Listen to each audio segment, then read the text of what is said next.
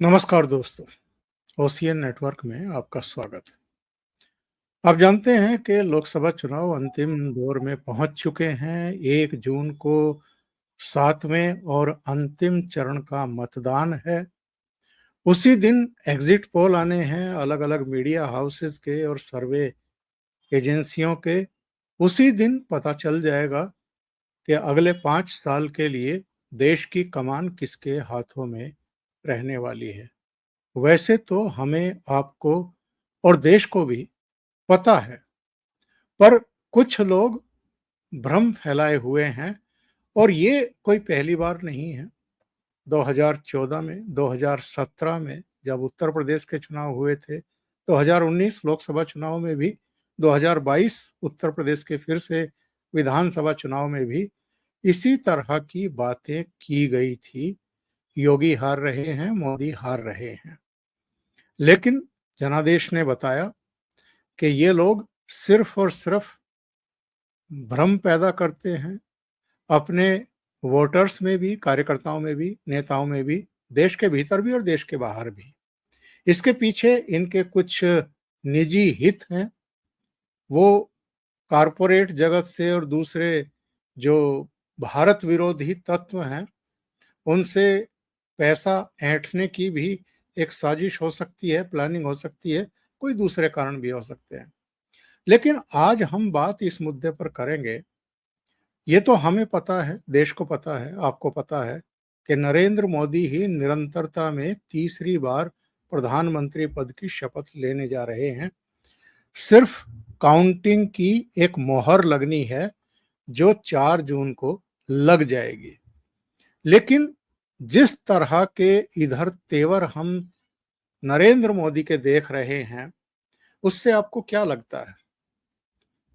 वो इस बार जो उनका पार्ट 1 और पार्ट 2 था, उसी लीक पर चलेंगे या ऐसे लोगों को सबक भी सिखाएंगे जो निरंतर पार्लियामेंट को चलने नहीं दे रहे हैं, देश का विकास का पहिया बाधित करने के लिए, रोकने के लिए हर तरह के प्रपंच रचते रहे हैं, बहुत गंदी भाषा का इस्तेमाल करते रहे हैं, निवेशकों को भी एक तरीके से भड़काते रहे हैं, एक अजीबो-गरीब सा वातावरण देश के भीतर पैदा करने की कोशिश करते हैं ताकि विदेशी निवेशक जो हैं वो यहाँ पूंजी निवेश से पहले 10 बार सोचें। तो क्या शिकंजा कसा जाएगा ऐसे लोगों पर? लेकिन एक और सूचना इधर है, वो ये है कि 1 जून को मल्लिकार्जुन खड़गे ने इंडी अलायंस के घटक दलों की बैठक बुला ली है। एक वीडियो इधर वायरल हो रहा है, उस पर भी हम चर्चा करेंगे और ऐसा लगता है कि जब रिजल्ट आ जाएंगे तो उसके बाद ये इंडी अलायंस के घटक दल मोदी विरोधी इस बार चुप करके नहीं बैठेंगे। ये सुप्रीम कोर्ट में जनादेश को चैलेंज भी करेंगे। ये देश के अलग-अलग हिस्सों में कुछ कारस्तानी भी कराने की कोशिश करेंगे, जिसके संकेत राहुल गांधी भी ये कहकर के दे चुके हैं कि अगर इस बार गड़बड़ियां की गई तो देश में क्रांति देखने को मिलेगी। तो इस पर जरा चर्चा करेंगे और मेरे साथ जुड़ रहे हैं लखनऊ से बहुत ही वरिष्ठ और अनुभवी पत्रकार वीरेंद्र नाथ भट्ट। जी नमस्कार। वीरेंद्र, बहुत स्वागत है आपका। नमस्कार। वीरेंद्र जी, पहले एक वीडियो सुनते हैं। ये नीलू व्यास करके हैं, पहले मेन स्ट्रीम चैनल थी और आजकल अजीत अंजुम के चैनल में काम करती हैं। जरा ये बैठी हुई हैं, एक पारा कला प्रभाकर हैं। इनका परिचय ये कहकर के दिया जाता है कि ये भारत की वित्त मंत्री निर्मला सीतारमण के पति हैं, लेकिन हम सब जानते हैं कि दोनों पति पत्नी के बीच में कोई संवाद तक नहीं है, आपस में बातें तक नहीं होती हैं और ये मोदी सरकार को इधर-उधर जाकर के बदनाम करते रहते हैं। कोई किताब भी इन्होंने लिखी थी। उनसे बातचीत करते हुए ये नीलू व्यास क्या कह रही हैं, जरा ये वीडियो इनका वायरल है, हम सुन लेते हैं, ऑडियो सुन लेते हैं। तो मैं आपको बता दूं कि एक बड़े जन आंदोलन की भी तैयारी की जा रही है। जन आंदोलन उस संभावना में होगा। अगर मान लीजिए कि वोटों की चोरी पकड़ी जाती है तो फिर इसको लेकर कैसे बड़ा जन आंदोलन किया जाएगा। बहुत सारे एक्टिविस्ट ने मुझे ये भी बताया कि इसको लेकर हम बहुत ही जाएंगे, हो सकता है चुनाव रद्द हो जाए। ये सब अभी सारी पॉसिबिलिटीज। लेकिन आज जहां पर मैं हूँ, ये जगह जवाहर भवन है और यहाँ पर इन्हीं सब चीजों को लेकर एक बड़ा मंथन चल रहा है। इससे पहले इसी तरीके का एक आयोजन बैंगलोर में हुआ था। ये कह रही हैं कि साहब एक जन आंदोलन शुरू किया जाएगा अगर आंकड़ों में गड़बड़ी हुई, यानी ईवीएम को फिर से ये लोग जो हैं ये उठाएंगे। कपिल सिब्बल वगैरह उसके लिए प्रेस कॉन्फ्रेंस भी कर चुके हैं और बला बला बला बला, यानी पर्दे के पीछे से कुछ तैयारियां चल रही हैं और ये गिरोह के जितने सदस्य हैं इनको भी इसकी जानकारी है और मूर्खता में इन्होंने इसे उजागर कर दिया, जो नतीजे आने के बाद उनकी प्लानिंग है। आप इस घटनाक्रम को कैसे देखते हैं और मोदी सरकार ऐसे लोगों से किस तरीके से निपटेगी? देखिए, जो दिल्ली का जो जो प्राइम मिनिस्टर ने बहुत उसको जन सामान्य की भाषा में बहुत सुलभ नाम दिया है, टुकड़े टुकड़े गैंग, खान मार्केट गैंग या अर्बन नक्सल। तो पिछले 10 साल से ये लोग बहुत पीड़ा में हैं और आजादी के बाद से लेकर के ये जो वामपंथी बुद्धिजीवी जो इनका एनजीओ का जो नेटवर्क था और विदेशों से इनको अथाह पैसा मिलता था, उसके जरिए पूरे भारत के एकेडमिक तंत्र पर, पूरे मीडिया पर और पॉलिटिकल पार्टियों में इनकी पे इनका कंट्रोल था और पॉलिटिकल पार्टीज में, ब्यूरोक्रेसी में इनकी गहरी घुसपैठ थी। नरेंद्र मोदी सरकार ने उसको बहुत सख्ती से खत्म किया है और सरकार अब नियम कायदे कानून के तहत चल रही है। ये इनको मालूम है कि जब 2014 में मोदी आया तो उनको लगा चलो भाई ये तो एक बार आ गया, ये तो जो है कुछ ऐसी है, एक तुक्का लग गया तो इन्होंने कहा 5 साल बर्दाश्त कर लेते हैं। फिर 19 में फिर मोदी आ गए, तब इन्हें लगा कि मामला गंभीर हो गया और अब जो है तीसरी बार मोदी जी आ रहे हैं, तब इनके सामने अस्तित्व का संकट है। इनको मालूम है अब जो है हमारा तंबू बिल्कुल ही उखड़ जाएगा। तो हर संभव तरीके से अफवाहें फैलाई जा रही हैं और एक जो है समाज में एक सिनिकल या अस्थिरता का, अफवाहों का माहौल गर्म किया जा रहा है। चुनाव के पहले फेज से ही लगातार कहा जा रहा है कभी ये इस जाति के लोग नाराज हैं, कभी उस जाति के लोग नाराज हैं और तीसरा फेज आते आते अफवाहों का दौर इतना प्रबल हो गया, खासकर उत्तर प्रदेश में, कि मोदी हार रहे हैं। तो इनको ये स्पष्ट मालूम था कि हम मोदी के वोटर को कन्विंस तो नहीं कर सकते, तो हम उसे कंफ्यूज करें, ये इस पे इन्होंने काम किया है। और ये भी एक आशंका व्यक्त की जा रही है कि 1 जून को पोलिंग समाप्त होने के बाद 2 जून को ये राष्ट्रव्यापी प्रदर्शन करेंगे और ये जो है कुछ अस्थिरता पैदा करने का प्रयास करेंगे।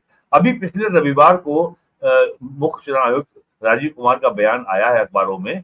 उन्होंने कहा है कि कैसे जो है संदिग्ध तरीके से पूरी चुनाव की प्रोसेस को कलंकित करने के लिए, डिस्क्रेडिट करने के लिए तरह तरह के मामले उछाले जा रहे हैं। सुप्रीम कोर्ट में भी मुकदमे दायर किए गए हैं, लेकिन कोर्ट ने चुनाव की चूंकि प्रक्रिया चल रही है उसमें दखल देने से इनकार कर दिया और चुनाव आयुक्त ने बहुत विस्तार से बताया कि किस किस फेज में कितने परसेंट टर्नआउट हुआ है, उसकी प्रोसेस क्या है, फॉर्म 17C क्या होता है। तो अब इनके हाथ से तो ये सब इन्होंने अब तक कर लिया है और ये मानने का कोई आधार नहीं है कि 4 जून को ये हारने के बाद ये चुप बैठेंगे। राहुल गांधी चुप बैठने वाले नहीं हैं। जो इनके आका बैठे हैं विदेश में, जो ग्लोबल डीप स्टेट अमेरिका में बैठा हुआ है और उसका जो सबसे बड़ा मोहरा है जॉर्ज सोरोस, तो ये लोग कुछ ना कुछ खुराफात करेंगे और समाज में घृणा फैलेगी, नफरत फैलेगी और ये हर तरह की सबवर्सिव एक्टिविटी, ये हर तरह की विध्वंसकारी एक्टिविटी करेंगे। ये कुछ भी करने से बाज नहीं आएंगे। इनको मालूम है writing on the wall is very clear. और जिस तरीके से नरेंद्र मोदी के बयान का राहुल गांधी ने बहुत ही भद्दी भाषा में कल मजाक उड़ाया है कि ये कौन से परमात्मा के भेजे हुए हैं जो खाली अडानी अंबानी के लिए काम करते हैं। प्राइम मिनिस्टर ने जो ये बयान दिया था वो केवल वही आदमी समझ सकता है जो आध्यात्म के बारे में बहुत प्राथमिक जानकारी भी रखता होगा तो वो समझ जाएगा कि प्रधानमंत्री ने किस संदर्भ में क्या कहा है, कि उनके पास कौन सी ऊर्जा है और उनका परमात्मा से उनका कैसा रिश्ता है और कैसे उनसे वो काम कराता है। उन्होंने कहा वो तो एक निमित्त मात्र हैं, ये भी उन्होंने कहा है। ये नहीं कहा कि मैं परमात्मा हूँ और या मुझे परमात्मा ने भेजा है। राहुल गांधी ने उसका बिल्कुल बाइबल के संदर्भों में उसका जो है इंटरप्रिटेशन किया है कि वो सन ऑफ द गॉड हैं और जीसस क्राइस्ट है। ऐसा कुछ नहीं कहा है प्राइम मिनिस्टर ने। तो खैर राहुल गांधी का क्या मतलब है भारत से, उनका तो ज्ञान सारा बाइबल से निकलता है। तो स्थितियां ये हैं और ये मान के चलिए कि आने वाले दिनों में भारत में कटुता की राजनीति और तेज होने वाली है। ये नित्य नए ये रोज जो है हथकंडे अपनाने वाले हैं और सरकार को ये लगातार परेशान करने वाले हैं। आपको ध्यान होगा जब नरेंद्र मोदी का पहला कार्यकाल था और जब मेक इन इंडिया की स्कीम अनाउंस हुई थी, उसमें उसका प्रतीक चिन्ह एक शेर था और राहुल गांधी ने अगले ही महीने कहना शुरू कर दिया, बताओ कोई निवेश आया, ये शेर है कि बिल्ली है, तो सो रहा है। तो अब उनको ये मालूम है कि यदि सरकार के कोई कार्यक्रम सफल होते हैं, अगर निवेश आएगा, अर्थव्यवस्था आगे बढ़ेगी, लोगों को रोजगार मिलेगा, तो सरकार की लोकप्रियता बढ़ेगी, सरकार का ग्राउंड मजबूत होगा, तो इसको होने ही ना दो। तो कैसे सरकार के हर कार्य में आप बाधा डालो, कैसे सरकार को डिस्क्रेडिट करो, कैसे सरकार की विश्वसनीयता को और खंडित करो, कम करो कि ये सरकार कुछ नहीं कर रहा है, कर रही है और देश में अस्थिरता का माहौल बनाओ। और सबसे बड़ी चीज ये है कि ये प्राइम मिनिस्टर ने अपने इंटरव्यू में कहा है कि जब 2014 में वो सत्ता में आए थे तब तो भारत के स्टॉक एक्सचेंज का सेंसेक्स 25,000 था, आज वो 75,000 के ऊपर पहुंच गया है और बॉम्बे स्टॉक एक्सचेंज में लिस्टेड कंपनियों का मार्केट कैपिटलाइजेशन आज $5 ट्रिलियन है, जबकि भारत का जीडीपी केवल 4 ट्रिलियन है। तो ये सारी बताती है कि ये बहुत ही ये ठोस आंकड़े हैं अर्थव्यवस्था के, जो सरकार नियंत्रित नहीं कर सकती, जो सरकार मैनिपुलेट नहीं कर सकती। यहाँ पे 30 करोड़ जो रिटेल इन्वेस्टर है, ये उसका पैसा लगा हुआ है और ये उसका सेंटीमेंट बोल रहा है, जिसके चलते सेंसेक्स जो है 75,000 क्रॉस कर गया है। और 4 जून को जैसे ही खबर ये आएगी, भारतीय जनता पार्टी अपने बल पर सरकार बनाने जा रही है और भारतीय जनता पार्टी और उसके सहयोगी दलों की संख्या 400 या 400 के पार जा रही है। सेंसेक्स जो है आसमान फाड़ के आगे जाएगा। तो इनको ये बड़ी चिंता है कि आने वाले दिनों में इनका भविष्य पूर्णतः अंधकारमय है।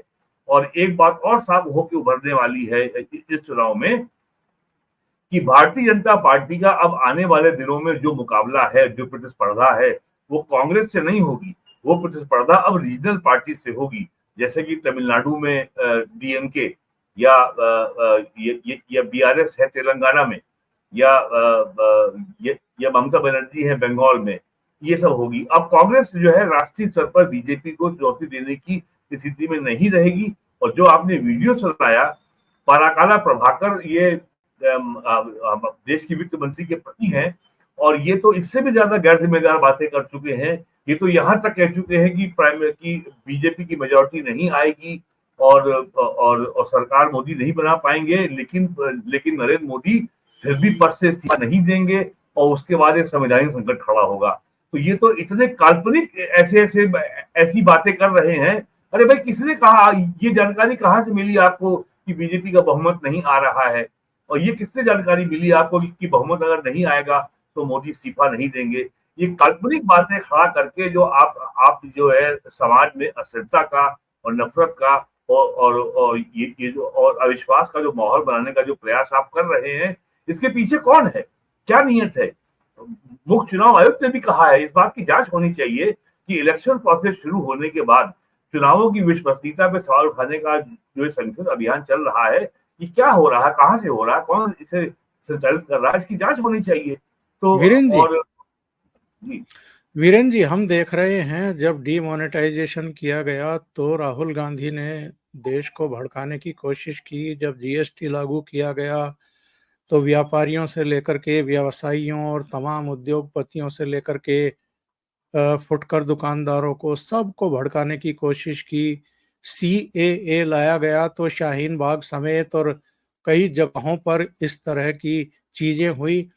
लंदन में बैठ कर के इन्होंने कहा कि पूरे देश में जो है केरोसिन छिड़क दिया गया है, बस माचिस दिखाए जाने की ज़रूरत है।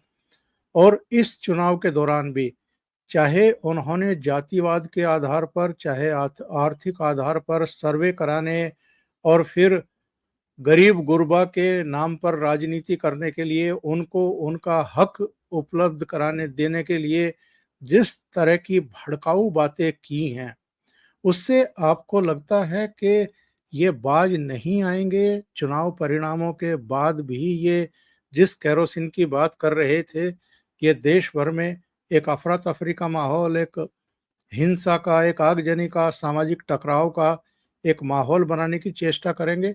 ऐसे में ज़ाहिर है सरकार के पास भी सूचनाएँ होंगी, तो सरकार की तैयारियाँ किस तरह की होंगी और ये किस हद तक जा सकते हैं? सरकार की तैयारियों का तो सबसे बड़ा सबूत ये है कि ये ये किसी भी हद तक जाने को तैयार बैठे थे, लेकिन कुछ कर नहीं पाए पिछले 3 महीनों में। तो सरकार की तैयारी का तो आप अंदाजा इसी से लगा सकते हैं।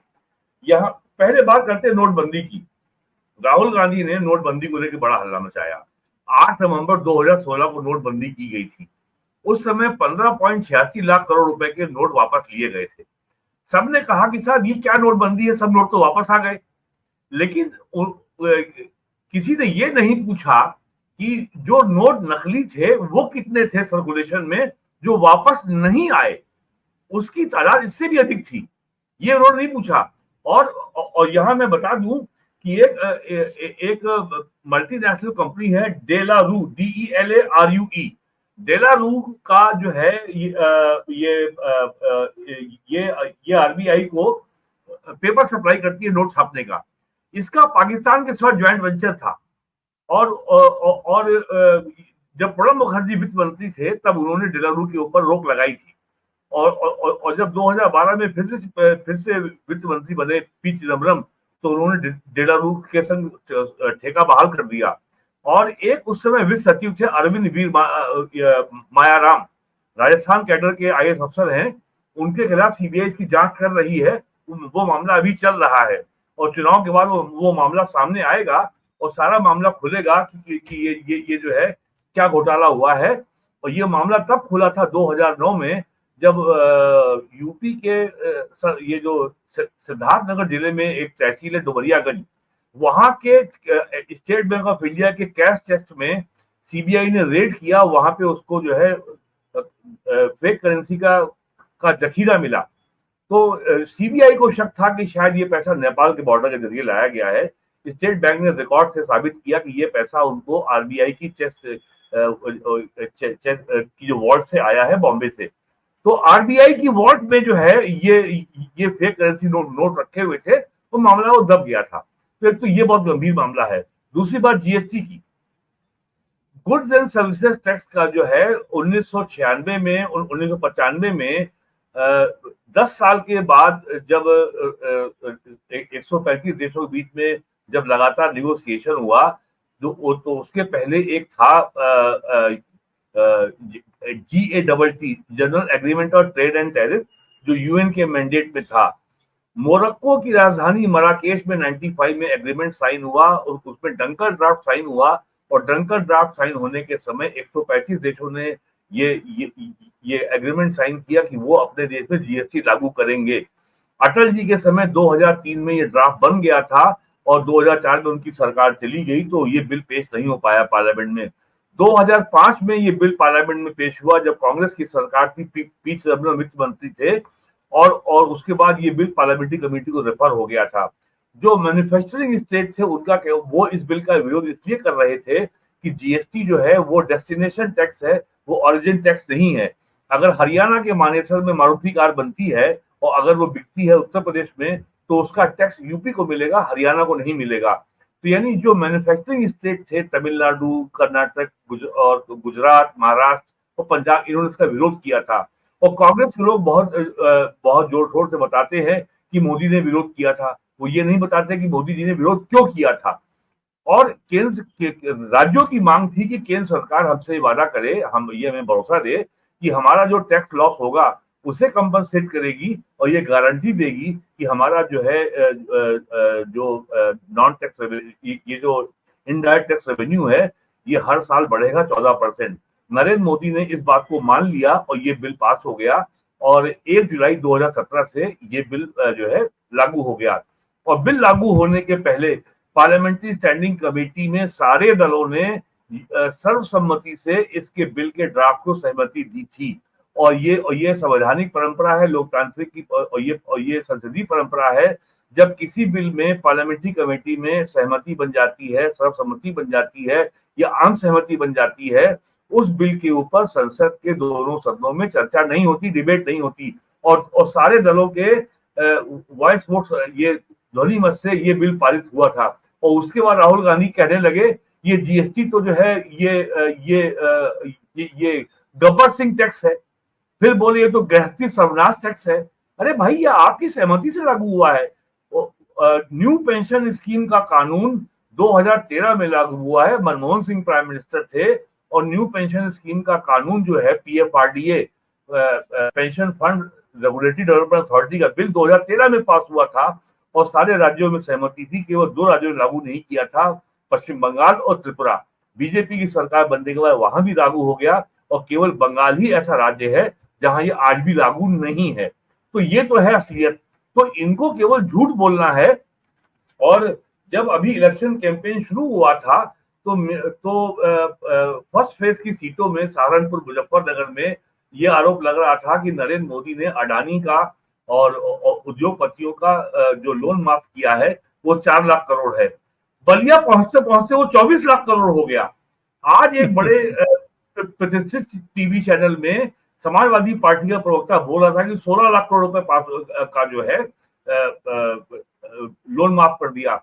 अरे भाई 24 लाख करोड़ रुपए तो भारत सरकार की टोटल रेवेन्यू की इनकम नहीं है। और ये कानूनी व्यवस्था है कि यदि सरकार किसी बिल को माफ करेगी, यदि सरकार किसी लोन को माफ करेगी तो सरकार उतना पैसा अपने बजट में प्रोविजन करके उस बैंक को देगी।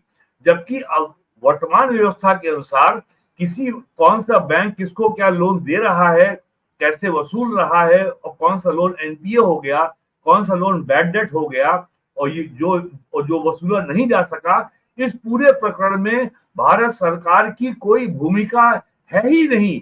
Insolvency bankruptcy board of India ये सारा काम देखता है और इसके अधीन जो एनसीएलटी है, नेशनल कंपनी लॉ ट्रिब्यूनल, जो बंबई में है, दिल्ली में है, कलकत्ता में है, अन्य कुछ बड़े शहरों में है, जहां पे हाई कोर्ट का रिटायर्ड जज होता है, वो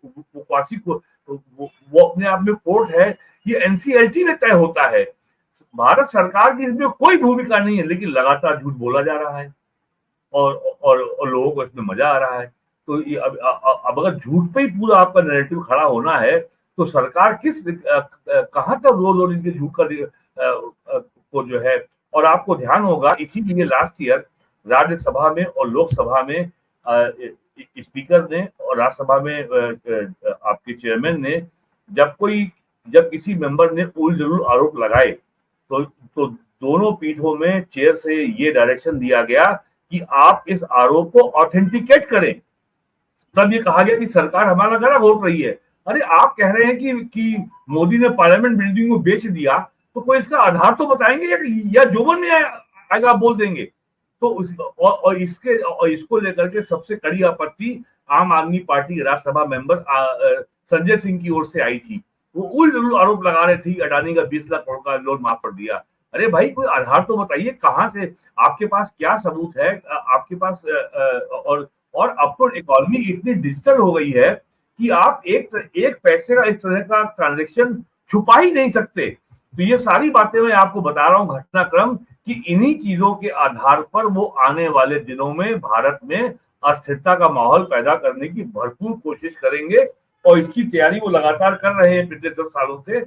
और किसी ना किसी काम में ये तरीके से इस पे काम चल रहा है। लेकिन क्योंकि उनके पास जन समर्थन नहीं था और जन समर्थन आज भी नहीं होगा, 4 जून के बाद भी नहीं होगा, फिर भी ये बाज आने वाले नहीं, क्योंकि इनके पास पैसा विदेशों से आ रहा है, ग्लोबल टीवी से इनको पैसा दे रहा है। और राहुल गांधी के जो गुरुजी हैं सैम पेट्रोडा, उन्होंने अभी इस्तीफा दिया है और जहां चुनाव खत्म होगा उनकी फिर से बहाली हो जाएगी। और ये खुराफात चलती रहेगी, ये शांत बैठने वाले लोग नहीं है। मैं अभी एक प्रधानमंत्री का बयान पढ़ रहा था। उन्होंने कहा है कि बड़े मगरमच्छ पकड़े जाने लगे हैं। आईएनएस से उन्होंने बातचीत की है और उन्होंने कहा है कि भारत में पर्यटन का मतलब अब सिर्फ ताजमहल नहीं है, अब गेहूं के एक्सपोर्ट और ब्रेड के इंपोर्ट वाला धंधा भी बंद किया जा चुका है। जो बड़े मगरमच्छ पकड़े जा रहे हैं, ये जो उन्होंने संकेत दिया है, और उन्होंने अपने भाषण में चुनाव प्रचार के दौरान भी लगातार ऐसे लोगों पर बहुत कड़े प्रहार किए हैं। अभी दिल्ली की रैली में उन्होंने कहा था कि शराब घोटाले से लेकर के नेशनल हेराल्ड घोटाला करने वालों से पैसा वसूला जाएगा और इनकी जिंदगी जो है अब जेलों में गुजरेगी। यानी प्रधानमंत्री के बहुत कड़े तेवर हैं और मुझे ऐसा लगता है कि नतीजे आने के बाद, शपथ ग्रहण के बाद, कैबिनेट का गठन होने के बाद वो कुछ बहुत सख्त फैसले करने जा रहे हैं। आप इसे सख्त फैसला क्यों कहते हैं? अगर राहुल गांधी ने और सोनिया गांधी ने मिल करके अगर अगर 20 लाख करोड़ रुपए की संपत्ति नेशनल हेराल्ड की औने पौने दाम में झटक ली है, तो ये एक आर्थिक अपराध है। और ये दोनों माँ बेटे ऑलरेडी जो है सेशन कोर्ट से बेल पर हैं।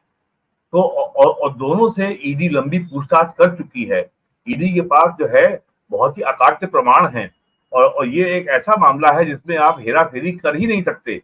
तो अगर इस पे और अगर कानून अपना काम करता है तो इससे अलग से सख्त एक्शन कहने का क्या औचित्य है? वो तो लॉ अपना काम करेगा। और दूसरी बात यह है कि अगर भारत को $5 ट्रिलियन इकोनॉमी बनना है, अगर भारत को विश्व की दूसरी बड़ी अर्थव्यवस्था बनना है, भारत को एक जियो पॉलिटिकल पावर अगर बनना है, भारत को मिलिट्री पावर अगर बनना है, तो भारत को पहले अपना घर दुरुस्त करना होगा।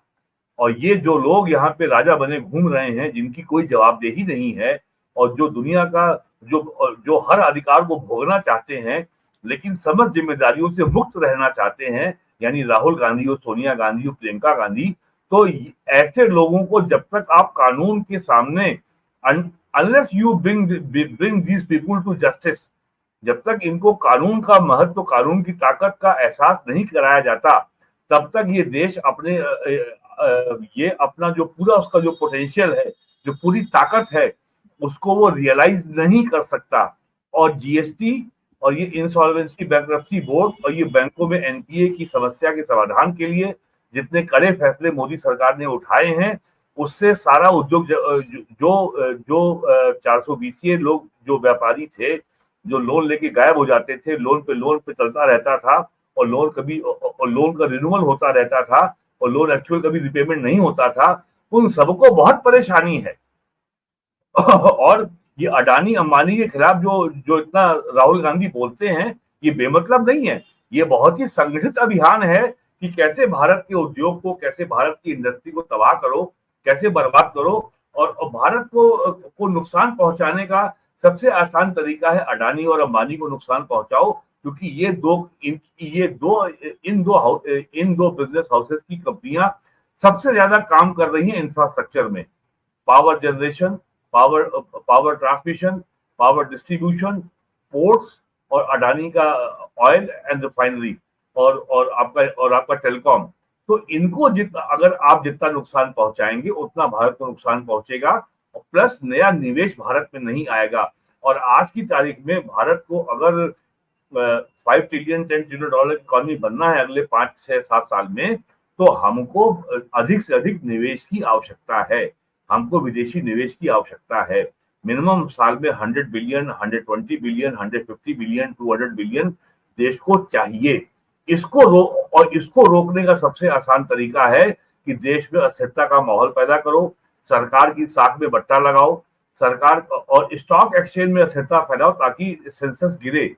और अगर जो स्टॉक मार्केट का जो इन्वेस्टर है, अगर उसके इन्वेस्टमेंट पे रिटर्न नहीं आएगा तो समाज में माहौल खराब होगा, लोगों का सरकार के प्रति निष्ठा और विश्वास डिगेगा, लोगों का अपनी देश की अर्थव्यवस्था में विश्वास डिगेगा, माहौल खराब होगा, निवेश नहीं आएगा, अस्थिरता बढ़ेगी, अनएम्प्लॉयमेंट बढ़ेगा। ये चाहते हैं।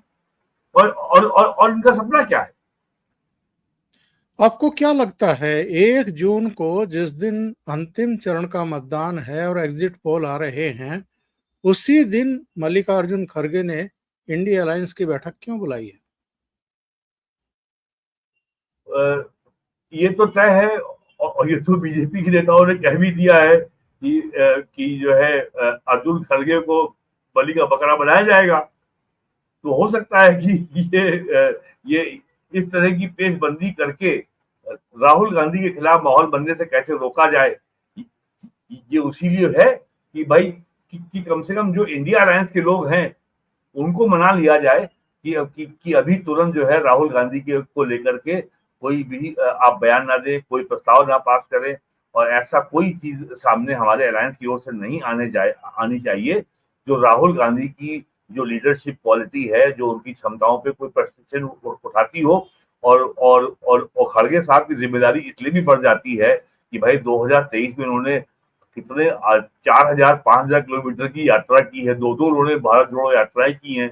अब इतनी यात्राओं के बावजूद भी अगर सीटें कांग्रेस की 40 आ रही हैं तो कुछ तो पेशबंदी करेंगे वो। ये केवल फील्डिंग सजाई जा रही है कि कैसे राहुल गांधी को बचाया जाए। राहुल और कांग्रेस जो है अभी 2 साल पहले वो जो उनके यहाँ जो था G22 से निपट चुकी है, जो उनके और कांग्रेस के नेताओं ने विद्रोह किया, उसके चलते कांग्रेस को चुनाव कराना पड़ा और खड़गे जी अध्यक्ष बने। तो अगर और यही प्रकरण अगर ऐसी स्थितियां दोबारा हो गई तो कांग्रेस के लिए बहुत स्थितियां बहुत कठिन हो जाएंगी कि कैसे राहुल गांधी को बचाया जाए। तो ये सारी पेशबंदी अभी से हो रही है और कांग्रेस चाहे जो कुछ बोल ले, 1 जून को मीटिंग जो उन्होंने कॉल कर ली है वो उन्होंने खुद ही अपना जो है अपना जो गेम प्लान है उसको उन्होंने उजागर कर दिया। या इसमें ये भी हो सकता है कि 4 जून को नतीजे आने के बाद जो कारस्तानी इनके दिमाग में है उसको लेकर के ये अपने सहयोगी दलों का भी मन भांपना चाहते हैं। नहीं, सबको मालूम है कि क्या क्या मन भापना है, इसमें कोई मन भापने जैसी चीज नहीं है।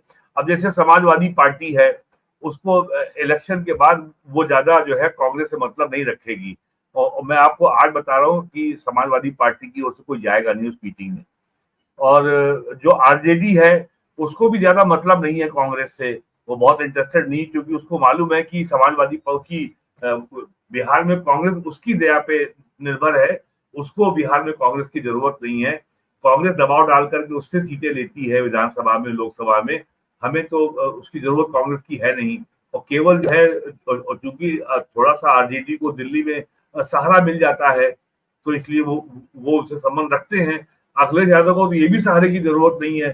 तो ऐसा कौन सा बड़ा एलआई बचा अब आप बताइए डीएमके के अलावा, जो कि तमिलनाडु में है। कहने को तो 22 पार्टियां हैं, लेकिन जो नॉन बड़ी पार्टियां तो यही हैं। अच्छा आम आदमी पार्टी का कांग्रेस से क्या लेना देना आपको पता ही है। दिल्ली में दोस्ती है, ममता मना कर चुकी, केजरीवाल आज कह चुके कि ना तो लव मैरिज की है कांग्रेस से, ना अरेंज मैरिज की है। हाँ। उद्धव ठाकरे लंदन में बैठे हैं, तो मीटिंग में आएगा कौन? तो और दिल्ली में दोस्ती है, पंजाब में गाली दे रहे हैं आम आदमी पार्टी कांग्रेस एक दूसरे को। तो इंडिया अलायंस वास्तव में है क्या, मुझे बताइए ना। क्या कोई एक मेंबर नागालैंड का होगा, एक मिजोरम का होगा और एक कोई अरुणाचल का होगा? ये है आपका इंडिया अलायंस? कौन है इंडिया अलायंस भाई? यूपी में कहाँ है इंडिया अलायंस का? यूपी में समाजवादी पर एक बचते हैं, महाराष्ट्र में शरद पवार और उद्धव ठाकरे, बस। और वो बताया लंदन में है, तो मीटिंग में आएगा कौन? बहुत बहुत धन्यवाद वीरेंद्र जी जुड़ने के लिए और ओशियन नेटवर्क के लिए इतना समय निकालने के लिए, कई मुद्दों पर चर्चा करने के लिए। Thank you so much. बहुत बहुत धन्यवाद आपका।